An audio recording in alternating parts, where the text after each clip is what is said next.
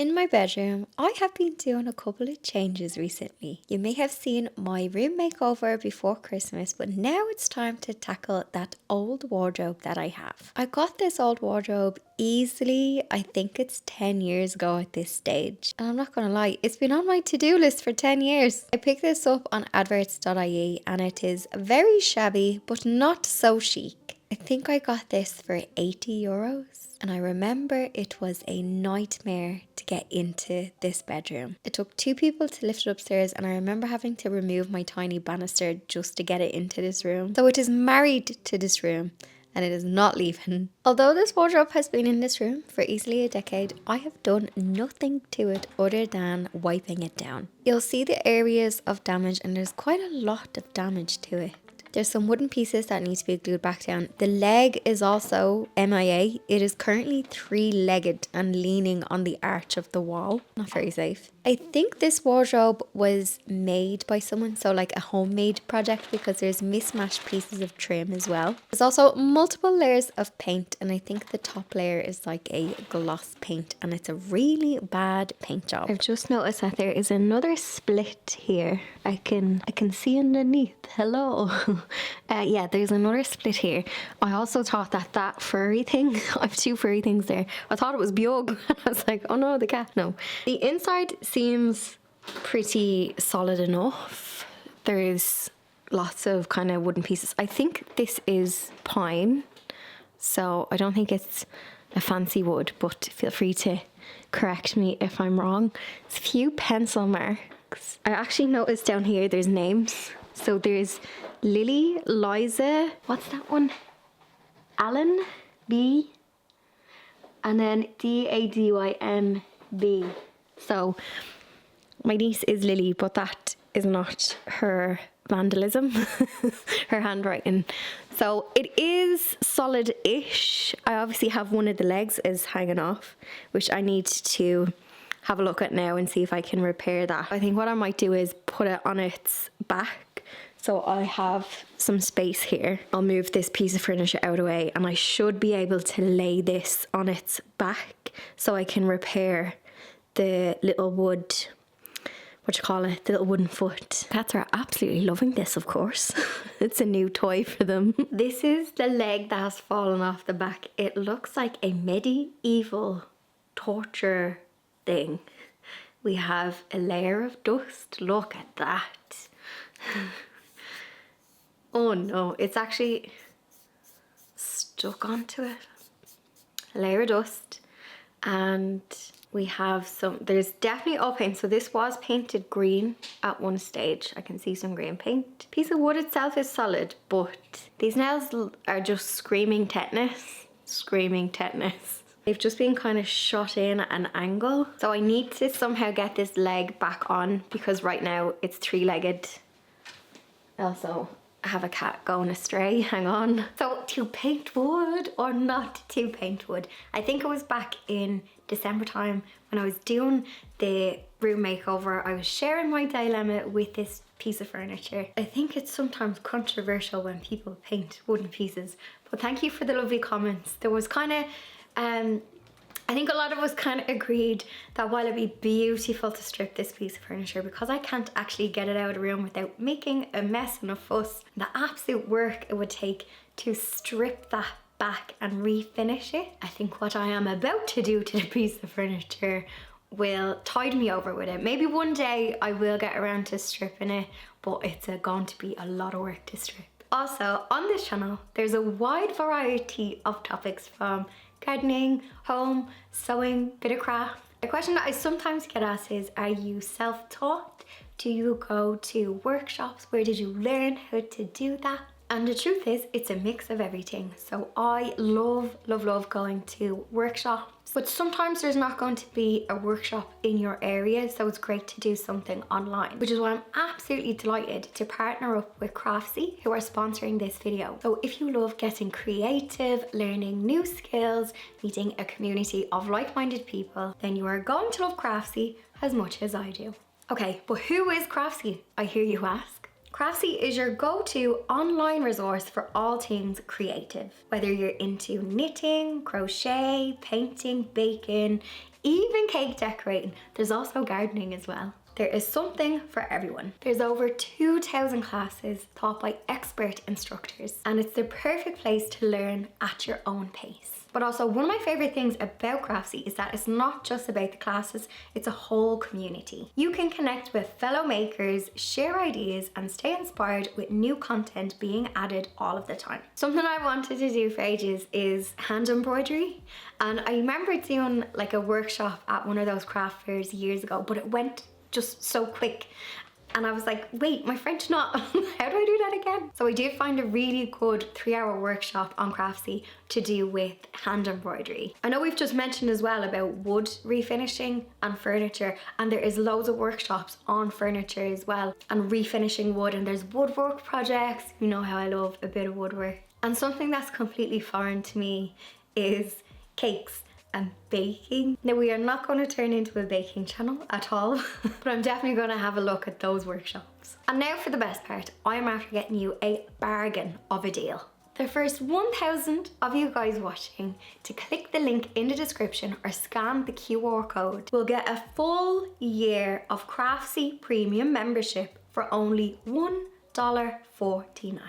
Yes, you heard that correctly. A full year membership for new members, $1.49 for the year. This offer is open for new members only, so don't miss out, and let me know if you do sign up and what particular class you're after taking. You can leave it in the comment section because I'm always on the hunt to try something new, and I think it's just something nice to do in the evenings as well, especially this time of year. If you've ever wanted to learn a new skill, finish that DIY project, or just spend more time crafting, now's the perfect time to join Craftsy. And I will pop a link in the description as well if you want to click that. Don't forget you can scan the QR code and let me know what you're gonna make. If you're new to furniture upcycling, or if you have a really old piece like this and you don't know if there's going to be lead paint, it's always good to do a quick swab test. I checked this wardrobe for lead a couple of months back when I was deciding what I wanted to do with it. And also, because there was multiple layers of paint, I made sure to test the top layer, peel some of that off, and test the paint that is underneath, because there is about 3 layers of paint on this wardrobe. You can pick up lead test kits in most hardware shops, and you can also get it online. You can get them on Amazon as well. You might be wondering, what is my car jack doing here? Well, this is not my first time to do this, but I'm going to use the car jack to prop up where the broken leg is. I was going to initially lay this on the floor, but it's quite heavy and I could damage the leg when I tried to push it back upright. So, bit of a plot twist there for you. I've also just noticed the mismatched piece of trim. Now, we don't judge around here. I said before, I got the vibe that this was like someone's like project. Now, I absolutely love it. But I've just noticed that, hey, we have a different, bit piece of trim, which kind of makes me glad I'm not completely stripping this back, because I wonder what else is a bit mismatched. But I don't mind because it's going to be facing that wall, so no one's going to know. But that just caught my eye. Oh, I think I need to relocate the cats until this is secure, because I can see chaos happening. I carefully removed those rusty, questionable nails from the leg. So this piece of furniture, there is lovely bun-foot legs on the front, and then the back there is just these straight ones. You can see there's like a bit of damage on it, but it's okay. Aside from these nails, we can reuse this. I'm hammering them back out, and then I'm going to pry them out. They were quite fiddly to remove. I am going to use a load of wood glue, and I'm going to clamp it on, and then I think I'm going to screw in. I'm not going to use nails. Once that wood glue is set, I'm going to screw in a couple of screws into it. It's going to be fiddly, but I think that's going to be a more secure way of keeping the leg on. And I would love to know, what is your longest either piece of furniture or a house project that has been on your to-do list? Because I feel like having this wardrobe in this room the past 10 years and not doing anything with it, that's a bit of a record. But I'm sure I am not the only one that has something in the house and think, oh yeah, I must get around to doing that. But listen, we eventually do. We eventually do. Before I start sanding on the piece, I'm actually going to clean it first. And you might think, hey, why not just go ahead and sand it?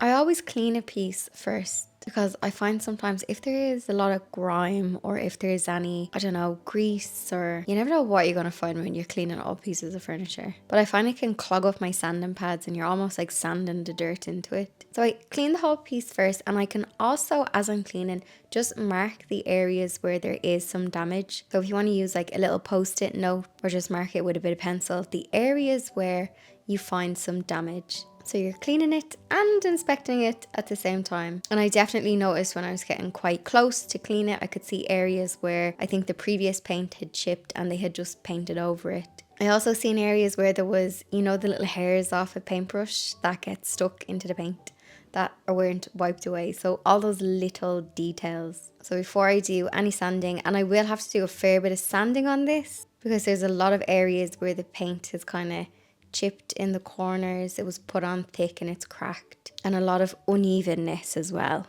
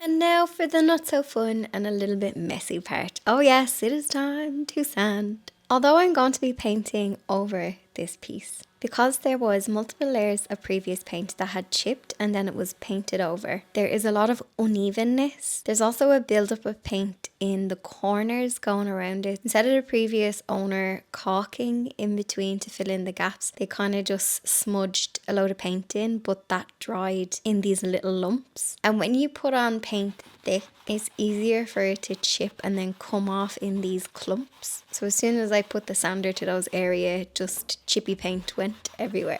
I also wanted to sand any of the broken areas once the wood glue had dried and just smooth the areas as much as I could. As I was doing all this sanding and prep work, I was thinking to myself how hard this would be to strip it back bare. And it was something that I was toying with, that idea of stripping it back to wood.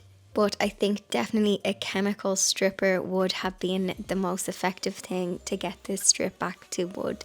And also I think it would take a lot of work with the mismatched pieces of wood on it.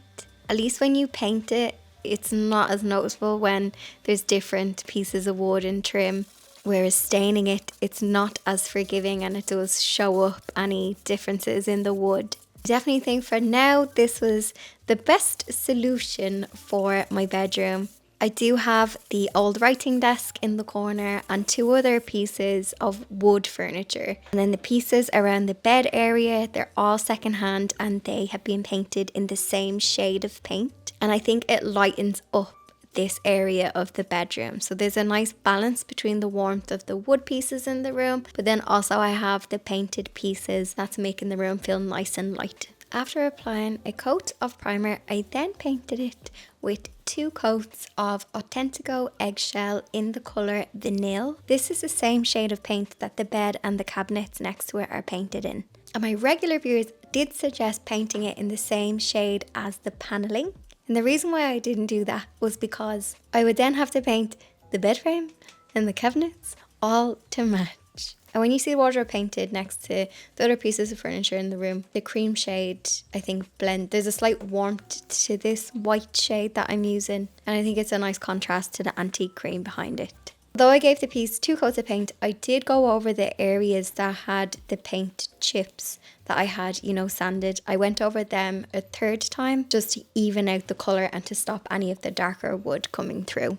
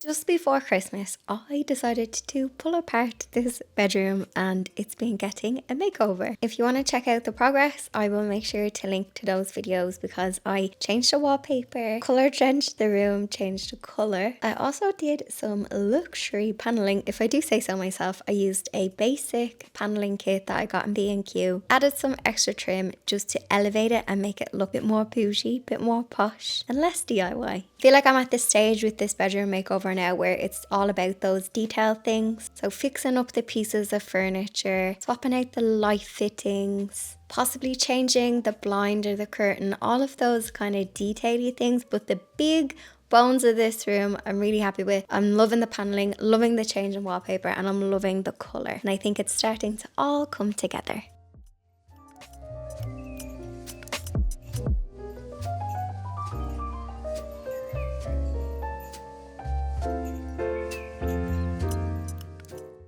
Before I sign off on this video, I want to share my absolute bargain. And as usual, I mismeasured, but I ended up getting more than what I bargained for.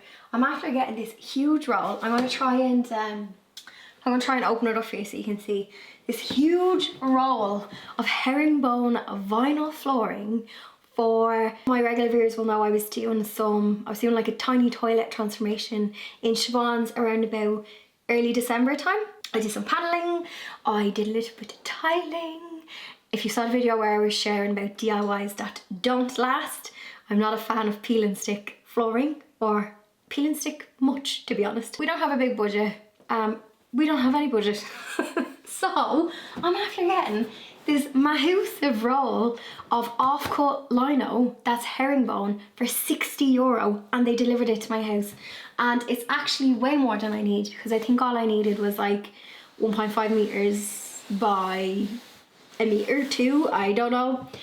But I have enough here to, I don't know, I could probably do Siobhan's upstairs ensuite with it, or yeah. So I need to get this fitted. I'll link to the tiny toilet makeover video, and yeah, I'll give it a look because this is like such good condition. I'm gonna roll it out, hang on. There's actually really good lighting today, so that's the herringbone pattern. I'll get a bit closer for you as well. There was just a few marks that just needed to be wiped off, but that's just from, I'm sure, being in a van in transportation. So yeah, this is the offcut, and how beautiful is the pattern of that? And it's like nice and thick, looks the part. I mean, you'd have to be down rubbing it to realise that it's not like a plank herringbone. But for €60, I think this is a bargain. Let me show you the inside and how thick it is. That's the underneath part of it. So I'm not sure what millimetre that is, but I was absolutely delighted with that bargain. How lovely is the pattern on it? I got the piece of vinyl. I'll leave the seller's name if you're in Dublin or in Ireland, because I just got it off adverts and he seemed to have loads of pieces of offcut. There was another herringbone that it was a bit more expensive because there was more of it. They're all like random sizes, and thankfully I only needed a small size.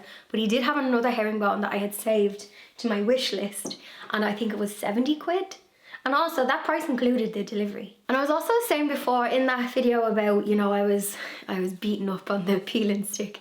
So I just wanted to share that example of the peel and stick floor tiles that I think Siobhan had gotten Woodies were like maybe €30. So, and I think she may have needed a second box because they only were like a metre squared. So if she had have gone and bought two for the same price, I'm after getting a lovely offcut of vinyl that is going to be nice and durable. Sorry, that scratchy noise might annoy people. It's going to be nice and durable. I think it looks better, and it's not going to have any awkward joins or gaps for any moisture to get in under, whereas like the peel and stick could. Obviously I will let you know when it goes down in Siobhan's. We have a friend of a friend who used to be a carpet layer, so I'm hoping if I throw him a few quid he might lay it for me, because it's such a small space and getting it perfect around the toilet. But we'll see, I may end up having to do it myself. But yeah, I'm delighted with that. So 60 quid off cut. It was on adverts, and I leave a link to the seller because if you're in Ireland as well, you might be able to pick it up. So, and then if you're not in Ireland, just search linoleum offcuts, vinyl floor offcuts. Yeah, and you might be able to get some. I think some furniture shops, or not furniture shops, I think some carpet shops and flooring shops do sell odd offcuts. If you are looking for something for your project, or have a little look on the secondhand sites, because there'll be people who like that got too much for a project, and you might get lucky and get yourself a little bargain floor. I'm actually really excited to see it down in that bathroom, because I think that shade as well is going to be really nice with the shade of the paneling and the wallpaper that we did. So I'll link to those bathroom videos if you missed them. They were only in December anyway. I am going to leave that video there. I feel like another little thing ticked off my list, slow and steady for 2025. We're not trying to get everything done all at once, and we are enjoying the journey. If you're new to this channel, welcome. I hope you enjoyed it. Say hello in the comment section, and for my regular viewers, you know the drill by this stage. Cheeky thumbs up, and I will see you in the next video.